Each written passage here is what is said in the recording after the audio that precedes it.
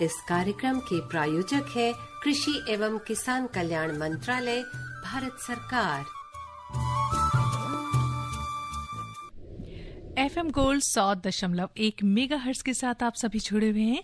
कार्यक्रम किसान की बात लेकर हाजिर हूँ मैं आरती, और साथ हैं मैं अश्वनी। जी, स्वीकार कीजिए हम दोनों का ही बहुत ही प्यार भरा नमस्कार। और कार्यक्रम किसान की बात जब भी लेकर आते हैं तो पूरी कोशिश होती है कि कुछ ऐसी बातें आप तक पहुंचाई जाए जो बिल्कुल आपके लिए समय अनुसार बहुत सदुपयोगी हो, और साथ ही साथ आपका जो कृषि का जो क्षेत्र है जहां आप कार्य कर रहे हैं या सुनकर भी उसमें आपकी दिलचस्पी है तो उसमें कहीं ना कहीं आप तरक्की की तरफ कदम जरूर बढ़ाएं। बिल्कुल। और किसान मित्रों, हमें पूरी उम्मीद है कि पिछला हफ्ता आपका बहुत ही सुखद रहा होगा और जो भी कृषि से संबंधित कामकाज है वो अपने समय से पूरे कर लिए होंगे। और अब बात आती है नई जानकारी की। और किसान मित्रों, जैसे कि आप जानते ही हैं, हम अंतर्राष्ट्रीय मोटे अनाज वर्ष 2023 में अभी चल रहे हैं और किस तरह से सरकार इसमें प्रयासरत है कि अंतर्राष्ट्रीय स्तर पर हमारे जो मोटे अनाज है, जो हमारे देश की परंपरा है, उसको कैसे उसका प्रसार किया जाए, दुनिया को किस तरह से प्रभावित किया जाए, और दुनिया भर में जो एक खाद्यान्न की कमी कहीं कहीं है उसको मोटे अनाज किस तरह से पूरा कर सकते हैं। तो ये भी एक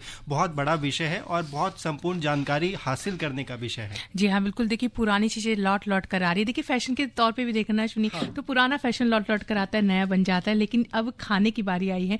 खाने को भी जब वापस जो पोषण हमें देता है खाना, वापस हमारी थालियों तक आ रहा है, हमारे किसान मित्रों के खेतों तक पहुंच रहा है, ताकि वो इसके माध्यम से भी अपनी जो खेती है उसको और भी कई तरह से लाभ पहुंचा सकें। और साथ ही जो हमारा देश है भारत, वो तो उन्नत हो ही, उसकी पोषणता का जो स्तर है वो भी सुधरे, साथ ही साथ वैश्विक स्तर पर भी इसका बहुत ही अच्छा प्रभाव पड़े। ऐसी पूरी कोशिश हमारी भारत सरकार कर रही है। साथ ही साथ हमारे किसान मित्र उनमें पूरा सहयोग दे रहे हैं। हाँ, और देखिए आरती, किसी एक किसान मित्र ने हमें ये बताया था कि जो मोटा अनाज है ना, वो केवल अनाज नहीं हो, हमारी परंपरा और सभ्यता है। तो किसान मित्रों, हमारी जिम्मेदारी है कि इस परंपरा और सभ्यता को हम बनाए रखें, कायम रखें और देश दुनिया तक पहुंचाएं।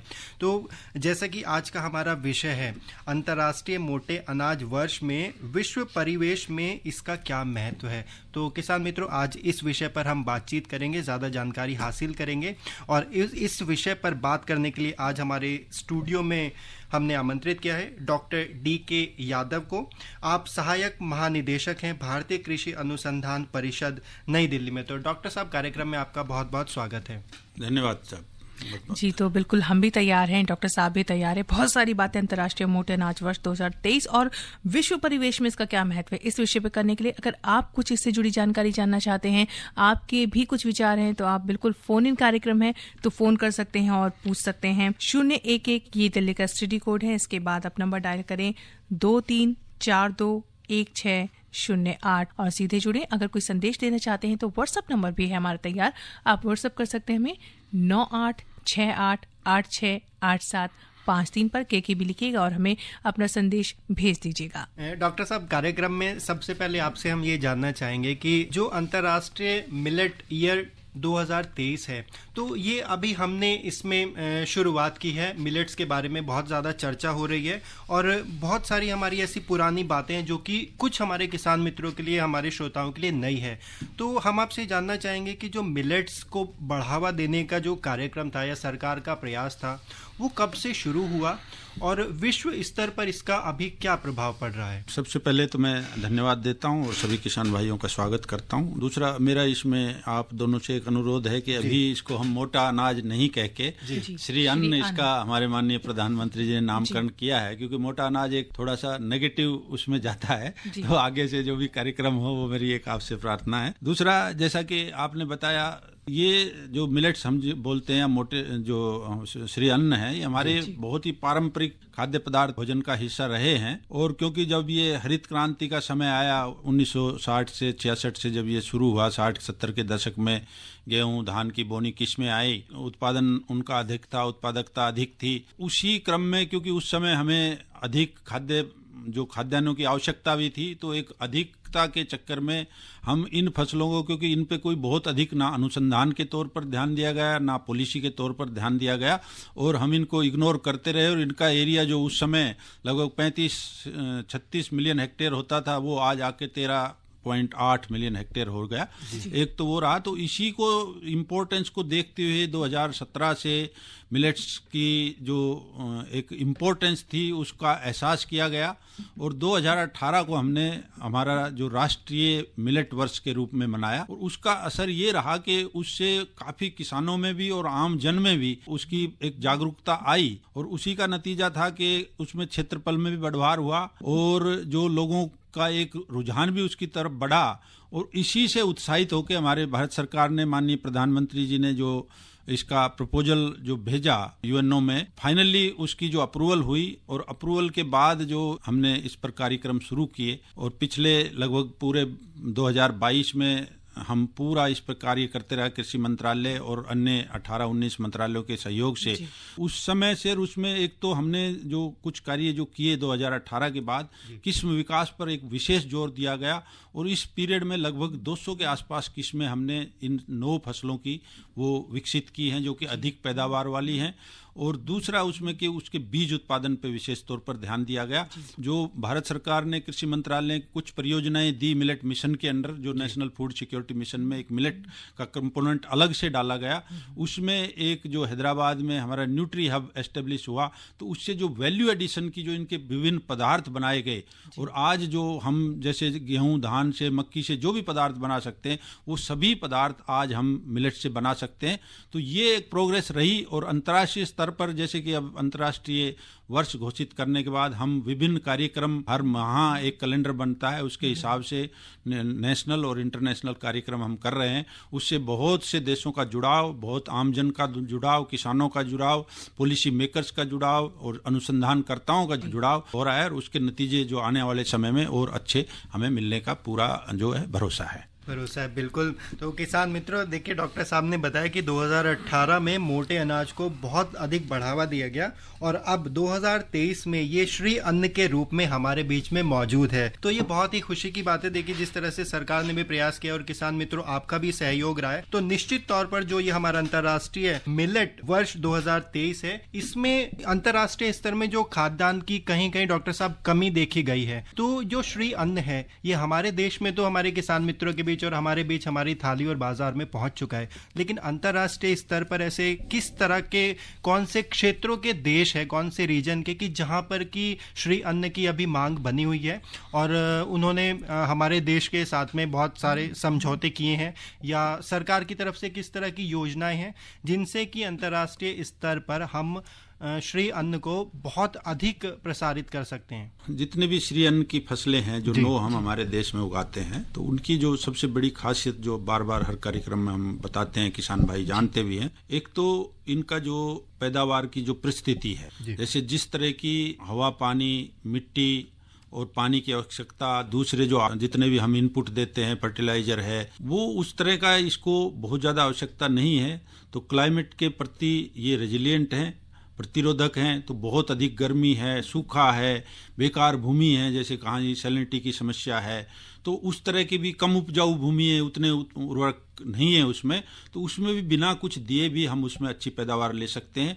और जहाँ के गेहूं, धान, मक्की जो सब फेल हो जाते हैं, जैसे 50 डिग्री तक कुछ फसलें ऐसी हैं इनमें जो कि सर्वाइव करती है, जो कि 50 डिग्री पे कोई भी फसल नहीं बचती। दूसरा जो इसका रहा कि भाई इसमें जो क्वालिटी के कंपोनेंट हैं, जो कोविड के बाद देखा कि भाई इम्यूनिटी बढ़ाने के लिए बहुत से उपाय किए गए, उसमें मिलेट्स का भी एक बहुत अहम भूमिका है। जैसे कि आप प्रोटीन की बात करें या आप जैसे कैल्शियम की बात करें, जस्ता की बात करें, आयरन की बात करें, तो ये सभी तत्व अगर आप गेहूं से, धान से कंपेयर करेंगे तो इनमें अधिक हैं। बात जहां तक अंतर्राष्ट्रीय स्तर पर उगाने की है, जैसे आप अफ्रीकन कंट्रीज को देखें या बहुत से एशियन कंट्रीज को देखें, एशियन अफ्रीकन कंट्रीज को खास तौर पर देखें, तो वहां पे उतनी कृषि विकसित नहीं है और उतने संसाधन भी नहीं है।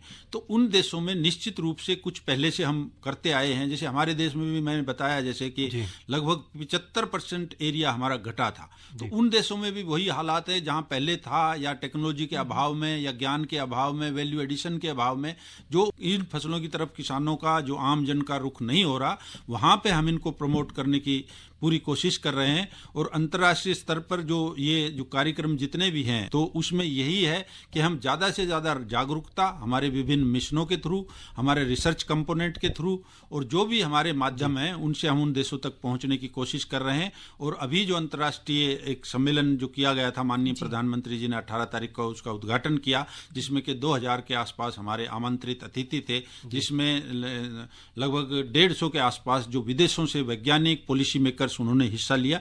और एक बहुत ही जो अच्छा कार्यक्रम वो 2 दिन का था। उसके बाद एक एग्जीबिशन लगाया गया था मिलेट्स का, को माननीय प्रधानमंत्री जी ने 2 से बढ़ा के 5 दिन तक किया।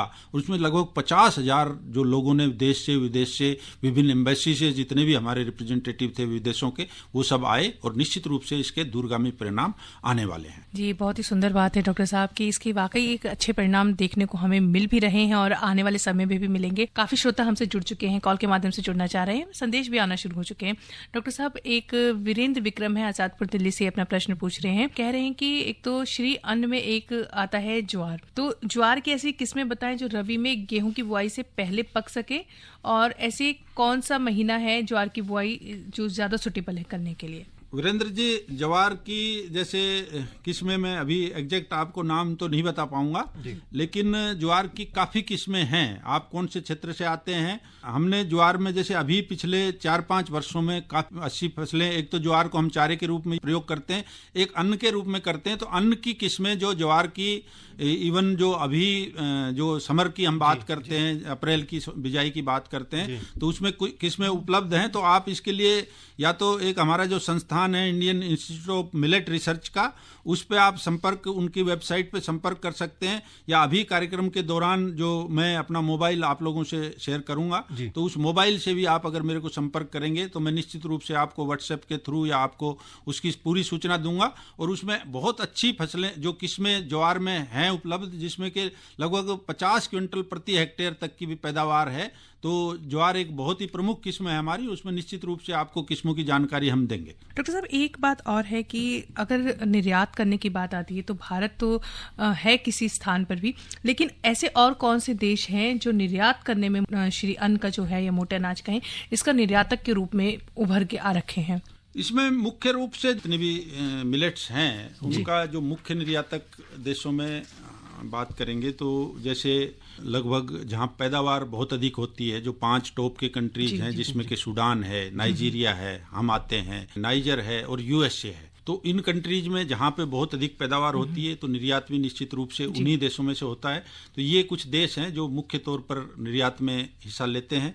उसके अलावा जो अलग अलग फसलों के लिए देश हैं, जैसे कि रशिया फेडरेशन में भी, अमेरिका का मैं बताई, जैसे यूक्रेन में है, नॉर्थ कोरिया है, कजाकिस्तान है। तो इन देशों में इथोपिया से, नेपाल से, युगांडा, मालवी, इनमें जैसे ये अलग अलग फसलें जो हम 9 फसलों की बात कर रहे हैं, तो ये अलग अलग देशों में इनकी अपनी एक महत्ता है। तो ये जो टॉप कंट्रीज मैंने बताए, तो ये सभी अपने प्रयोग के अलावा निर्यात में भी ये लोग हिस्सा लेते हैं, और निश्चित रूप से इसकी एक अच्छी मार्केट हम कह सकते हैं। जी, और वर्तमान स्थिति में डॉक्टर साहब अगर देखें तो भारत जो है अनाज उत्पादन, मोटे अनाज के उत्पादन में कौन से स्थान पर आता है, और खपत के मामले में भी कौन सा देश है ऐसा जो बहुत ज्यादा जिसकी खपत होती है मोटे अनाज की? उत्पादन की दृष्टि से जैसे बात करें तो हम प्रथम स्थान पर ही आते हैं, और इनमें से जो अलग अलग फसलें हैं उनका अगर अलग अलग ब्यौरा करें तो जैसे ज्वार है, बाजरा में हम 1 नंबर पर आते हैं। और खपत के मामले में भी जैसे कि 4 फसलें तो हमारी, ये 3 फसलें तो मुख्य तौर पर ज्वार है, बाजरा है, रागी है,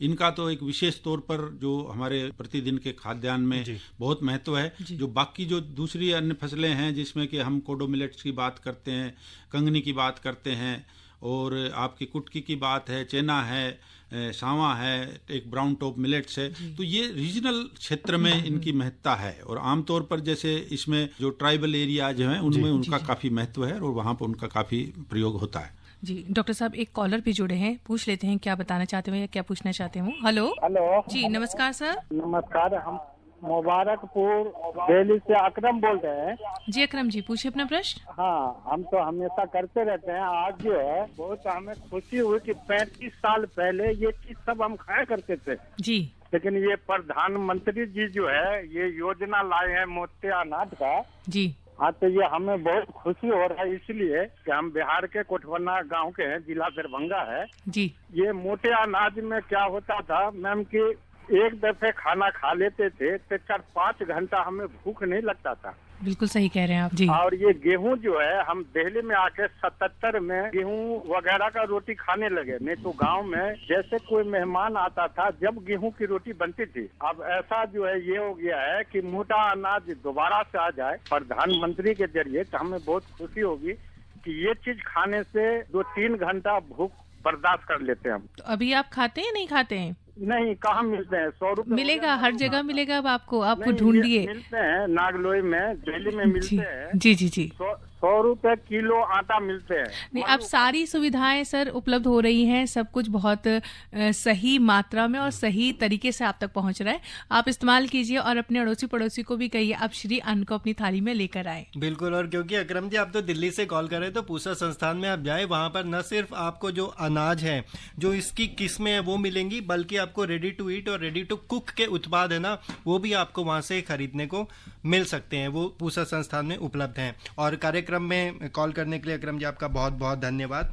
डॉक्टर साहब, अभी तक हमने उत्पादन क्षमता की बात की कि खेत में किस तरह से जो श्री अन्न है उसको उगाया जा रहा है, पोषण से कितने भरपूर है, कम पानी में, और जो ह्यूमिडिटी है, जो गर्मी है, उसमें भी इनकी उत्पादन क्षमता अच्छी रहती है। तो अभी अंतर्राष्ट्रीय स्तर पर कुछ ऐसे देश हैं जहां पर कृषि भूमि की कमी है, तो क्योंकि इको फ्रेंडली हैं श्री अन्न, रेडी टू ईट हैं, रेडी टू कुक हैं, तो अगर हम उन देशों में इनको भेजते हैं तो जो हमारी अर्थव्यवस्था है उसमें ये हमें कितना फ़ायदा दे सकते हैं, और अंतर्राष्ट्रीय स्तर पर भी अगर वहाँ हम इनको भेजते हैं श्री अन्न को, तो उनके लिए भी कितना फ़ायदेमंद है उन देशों में जहाँ पर की खेती की कमी है। निश्चित रूप से इसमें एक तो जो मुख्य बात है कि जैसे हम अपने जो अनाज को एक्सपोर्ट करते हैं, तो क्योंकि जिस तरह से मांग बढ़ेगी उसी हिसाब से हमें उत्पादन को भी बढ़ाना पड़ेगा। अगर उत्पादन बहुत अधिक कर देते हैं, मांग नहीं है, तो किसानों को उसका नुकसान उठाना पड़ता है। तो इसमें हमारे प्रयास ये हैं कि हम एक उत्पादकता, उत्पादन और जो डिमांड है उसकी एक बैलेंस बनाएं। और जो ये प्रयास हमारी सरकार के हैं कि विभिन्न देशों में इनका एरिया बढ़ाना, और एरिया नहीं जहां बढ़ने का है वहां अन्न को एक्सपोर्ट करना जी, या फिर विभिन्न उत्पाद बनाकर उनको एक्सपोर्ट करना। तो इससे निश्चित रूप से एक तो जो सबसे बड़ा फायदा किसान का है कि जब आपका उत्पादन होगा, डिमांड बढ़ेगी, तो निश्चित रूप से उनको उसका सही जो है मूल्य मिलेगा। नहीं, आमतौर पर ये होता है कि जैसे बहुत अधिक उत्पादन हो गया, बाजरा का एमएसपी जैसे इस बार 2200 के 2150-2200 के आसपास है, तो वो कहीं भी उसको कुछ स्टेट्स जो उनकी स्कीम्स हैं वो लेते हैं, कई बार किसान को वही 1200-1500 में बेचना पड़ता था। तो अभी इसका एक फायदा ये रहेगा कि सरकार ने एक विशेष प्रावधान उसका किया है कि एमएसपी पे जितने भी मिलेट्स क्रॉप्स हैं, 4 पहले से 3 मिलेट एमएसपी में हैं, बाकियों को लाने की योजना है, तो किसान को उसका पूरा फायदा मिले। पहला तो ये है। दूसरा, जो दूसरे देशों में हमारे प्रयास ये हैं कि जो वैज्ञानिक संवाद के द्वारा भी कि वहाँ जैसे अभी जो है मैंने अंतर्राष्ट्रीय मिलेट जो कॉन्फ्रेंस की बात की, तो उसमें ये 6 देशों के जो कृषि मंत्री मौजूद रहे, हमारे माननीय कृषि मंत्री जी दोनों दिन उस कार्यक्रम में रहे, जिसमें कि गुयाना से थे, मॉरिशियस थे, श्रीलंका, सूडान, सूरीनाम, जाम्बिया और गुटेमाला से एक हमारे पास डिमांड आई हुई है, कुछ और देशों से डिमांड आई हुई है कि हम इन देशों में बिल्कुल हमारे पास पहले से हम मिलेट नहीं उगाते हैं। जैसे गुयाना, मॉरिशस की बात करें तो उनके जो माननीय मंत्री जी थे, उन्होंने जो अपने स्तर पे पर्सनल लेवल पे उन्होंने माननीय मंत्री जी से बात करके कि हमें इनका बीज उपलब्ध कराया जाए, तो उसी क्रम में हमने ये शुरुआत किया है। तो ये एक नया इंट्रोडक्शन उन देशों में है। और उसके साथ साथ हम जो इसमें जो वैज्ञानिकों की एक हमने कॉन्फ्रेंस रखी थी दोनों दिनों की, जिसमें कि लगभग 22 देशों से 104 वैज्ञानिक और छात्र उसमें रहे, तो उनसे भी इंटरेक्शन किया। तो रिसर्च में किस तरह से हम जर्म प्लाज्म एक्सचेंज करके उनसे, और कैसे वो अपना इन जो श्री अन्न पे जो अपना अनुसंधान कार्य शुरू करें, ताकि शुरुआत में कुछ मटेरियल, कुछ वैरायटीज हम यहाँ से दें, उसके बाद जो उनके जलवायु की परिस्थिति के अनुसार जो उनको अच्छी उपज वो पैदा कर सके। तो इससे निश्चित रूप से एक जागरूकता आई, और जो हमारे किसान से जितना भी जो स्टार्टअप के थ्रू और इंक्यूबेशन के थ्रू, और जितने प्रोडक्ट, जैसे मैंने बताया कि आज की डेट में कोई ऐसी प्रोडक्ट नहीं है जो अन्य जो मुख्य फसलों से बन सकती है और इनसे नहीं बन सकती, तो उनका भी जो निर्यात है, और निश्चित रूप से जो हमारे किसान भाई बात कर रहे थे महंगा है, तो क्योंकि जब ये डिमांड और सप्लाई की हम बात करते हैं तो जिस तरह से थोड़ा सा हम उत्पादन को बढ़ाएंगे तो निश्चित रूप से जो आज की डेट में एकदम से, क्योंकि ये वर्ष मना रहे हैं तो हर आदमी चाहता है कि मिलेट को हम खाएं,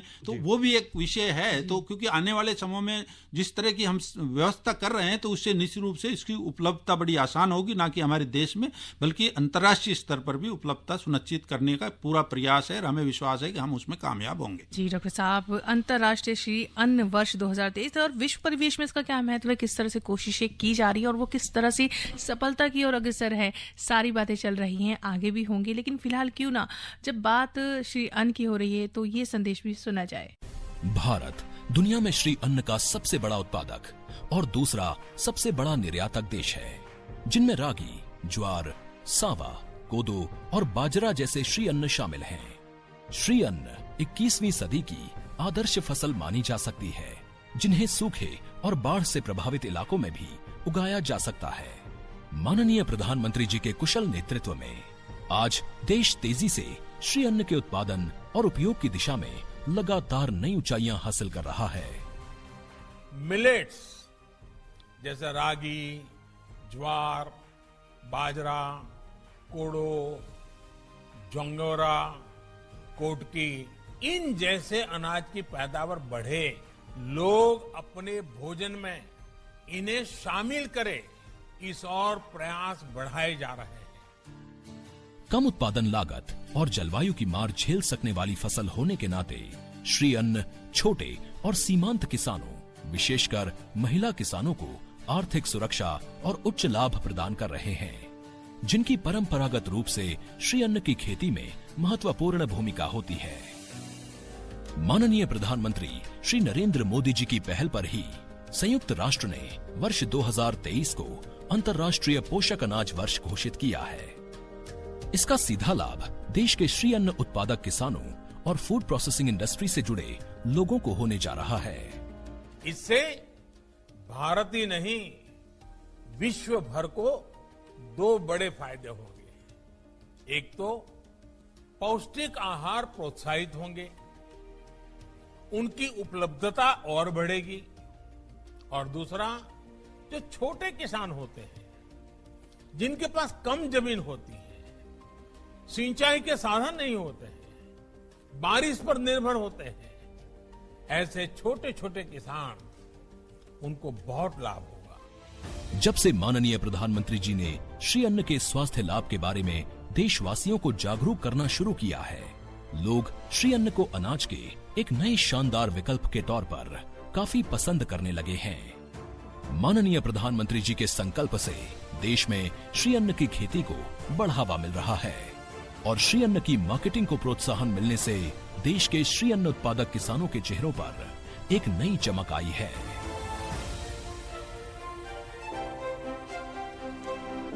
आप सुन रहे हैं आकाशवाणी का FM गोल्ड चैनल किसान की बात कार्यक्रम के साथ जुड़े हुए हैं आप सभी, और आज बात हो रही है अंतर्राष्ट्रीय श्री अन्न वर्ष 2023 की बात करें, जो कि विश्व परिवेश में भी इसका क्या महत्व है, इस विषय पर साथ जुड़े हुए हैं डॉक्टर DK यादव जी। और बहुत सारी बातें अश्वनी आज हम कर रहे हैं और उम्मीद है हमारे जो जितने किसान मित्र साथी, जितने श्रोता हैं, सब इसको पूरे ध्यान से सुन रहे हैं, क्योंकि आज वाकई बहुत दिलचस्प बातें हो रही हैं। बिल्कुल। और डॉक्टर साहब, अभी कुछ दिनों पहले हमने एक ग्लोबल मिलेट्स हब के बारे में सुना, तो हम आपसे जानना चाहेंगे कि ये क्या था और हमारे किसान मित्रों के लिए किस तरह से फायदेमंद साबित हो रहा है। जी, निश्चित रूप से एक बहुत ही अच्छी बात आपने पूछी। ग्लोबल हब भी जो ये हमारे प्रयास, जो मिलेट्स का अंतर्राष्ट्रीय वर्ष है या जो राष्ट्रीय वर्ष मनाया गया था, उसी समय से हमारा जो संस्थान है, भारतीय कदन्न बोलते थे उसमें, अभी श्री अन्न होने से भारतीय श्री अन्न अनुसंधान संस्थान हैदराबाद में जो है, जो कि मिलेट्स का मुख्य केंद्र है, तो इनके प्रयास थे कि हम इस सेंटर को एक अंतर्राष्ट्रीय स्तर का सेंटर बनाएं, ताकि जो रिसर्च के मामले में और पॉलिसी इश्यूज के बारे में, इसके न्यूट्रिशनल वैल्यूज के बारे में एक ऐसा केंद्र हम स्थापित करें जिसमें कि हम ना कि अपने देश की आवश्यकता पूरी करें, पूरे विश्व की आवश्यकता पूरी करें। और उसका प्रस्ताव हम पिछले 3 साल से लगातार चला रहे थे। तो इस साल जो बजट में हमारी जो माननीय फाइनेंस मिनिस्टर मैडम हैं, तो उन्होंने इसका अनाउंसमेंट किया कि उसको जो हमारा संस्थान है हैदराबाद का मिलेट्स का, उसको एक सेंटर ऑफ एक्सीलेंस बनाएं ताकि हम भारत देश को ग्लोबल श्री अन्न का हब बना सके। तो उसी का वो जो आप ग्लोबल हब की बात कर रहे हैं, तो उसका प्रयास है। उसके लिए 250 करोड़ रुपए की राशि का अगले 3 साल के लिए प्रावधान किया गया है। इसमें 6-7 मुख्य कंपोनेंट हैं। एक तो जितना भी हमारे जो जनन द्रव्य है, जर्म प्लाज्म है, उसको कंजर्व करना, उसकी सारे की जो न्यूट्रास्यूटिकल वैल्यू, क्योंकि अभी तक जितना है कुछ वैरायटीज का हमने किया है, जैसे हम आयरन, जिंक और कैल्शियम की बात करते हैं, प्रोटीन की बात करते हैं, लेकिन हमने पूरे जर्म प्लाज्म हमारे देश में उपलब्ध है, लगभग 60,000 से अधिक जो इन 9 फसलों का जर्म प्लाज्म हमारे पास है। तो उसका हम अध्ययन करें ताकि उनमें जो न्यूट्रिशनल वैल्यू है, न्यूट्रास्यूटिकल वैल्यू है, और उस जर्म प्लाज्म को हम कंजर्व भी कर सकें, उपयोग भी कर सकें पूरे देश में और विश्व में। दूसरा उसमें था कि जो लैब्स हैं, जो अंतर्राष्ट्रीय स्तर की लैब हैं, कि वह न्यूट्रास्यूटिकल वैल्यू कैसे करें, तो उसका पूरा इंफ्रास्ट्रक्चर इस तरह से हम डेवलप करें कि उसमें कहीं से भी पूरे देश से या विश्व में कहीं से भी वैज्ञानिक आए, वो काम करें। तो वो एक सेंटर ऑफ एक्सीलेंस वो रहेगा। एक ये प्रयास था। एक इसके 3 जो रीजनल सेंटर ऑफ एक्सीलेंस जो है वो हम स्थापित करें, क्योंकि हर किसान एक हैदराबाद नहीं जा सकता। तो उसमें जैसे एक उत्तर में, एक दक्षिण में हो गया, एक पूर्वी भारत में, तो वो सेंटर ऑफ एक्सीलेंस हम एस्टेब्लिश करें। उनमें भी विभिन्न सुविधाएं जैसे कि वैरायटी डेवलपमेंट की और आपकी न्यूट्रिशनल वैल्यू लेबोरेटरीज करें, और किसानों से ज्यादा उसका संपर्क किस तरह से हो वैल्यू एडिशन में, प्रोडक्ट डेवलपमेंट में। तो एक वो उसका प्रयास था। तो ये मुख्य तौर पर ये 4-5 ऐसे इश्यू हैं कि इसमें छात्रों के द्वारा, वैज्ञानिकों के एक्सचेंज के द्वारा, रिसर्च में, पॉलिसी मेकिंग में, सीड प्रोडक्शन में, वैरायटी डेवलपमेंट में और उनकी न्यूट्रास्यूटिकल वैल्यू आदि के बारे में पूरा अनुसंधान हो, और वो विश्व स्तर का कार्य इसमें, ना कि भारत के लेवल का हो। तो उसके लिए हमने पहले से प्रोसेस शुरू कर रखी थी। तो वो विभिन्न 7 कंपोनेंट में हमने कार्य शुरू कर दिया है। और हमारा उद्देश्य है कि अगले साल तक बहुत सी जो इंफ्रास्ट्रक्चर का है, इक्विपमेंट खरीदने के काम है, हम अगले इस साल से और अगले साल में हम प्रयास करेंगे वो पूरा अपनी जगह पे आए, और हम अपना जो इंटरनेशनल जो ग्लोबल हब की बात करते हैं उसको हम स्थापित कर सकें। जी बिल्कुल, पूरी उम्मीद है अगले साल तक बहुत उच्च स्तर पर और बहुत अगले कदम तक ये बढ़ जाएगा प्रयास जो हो रहा है। Doctor D.K. यादव जी हमारे साथ जुड़े थे। बहुत बहुत धन्यवाद डॉक्टर साहब आपका। धन्यवाद मैडम। तो इतनी ढेर सारी जानकारी डॉक्टर साहब ने हम सभी के साथ साझा की है, इसके लिए हम उनका वाकई शुक्रिया अदा करते हैं। फिलहाल के आज के कार्यक्रम से मैं आरती और मैं अश्विनी आपसे विदा लेते हैं। नमस्कार। इस कार्यक्रम के प्रायोजक थे कृषि एवं किसान कल्याण मंत्रालय, भारत सरकार।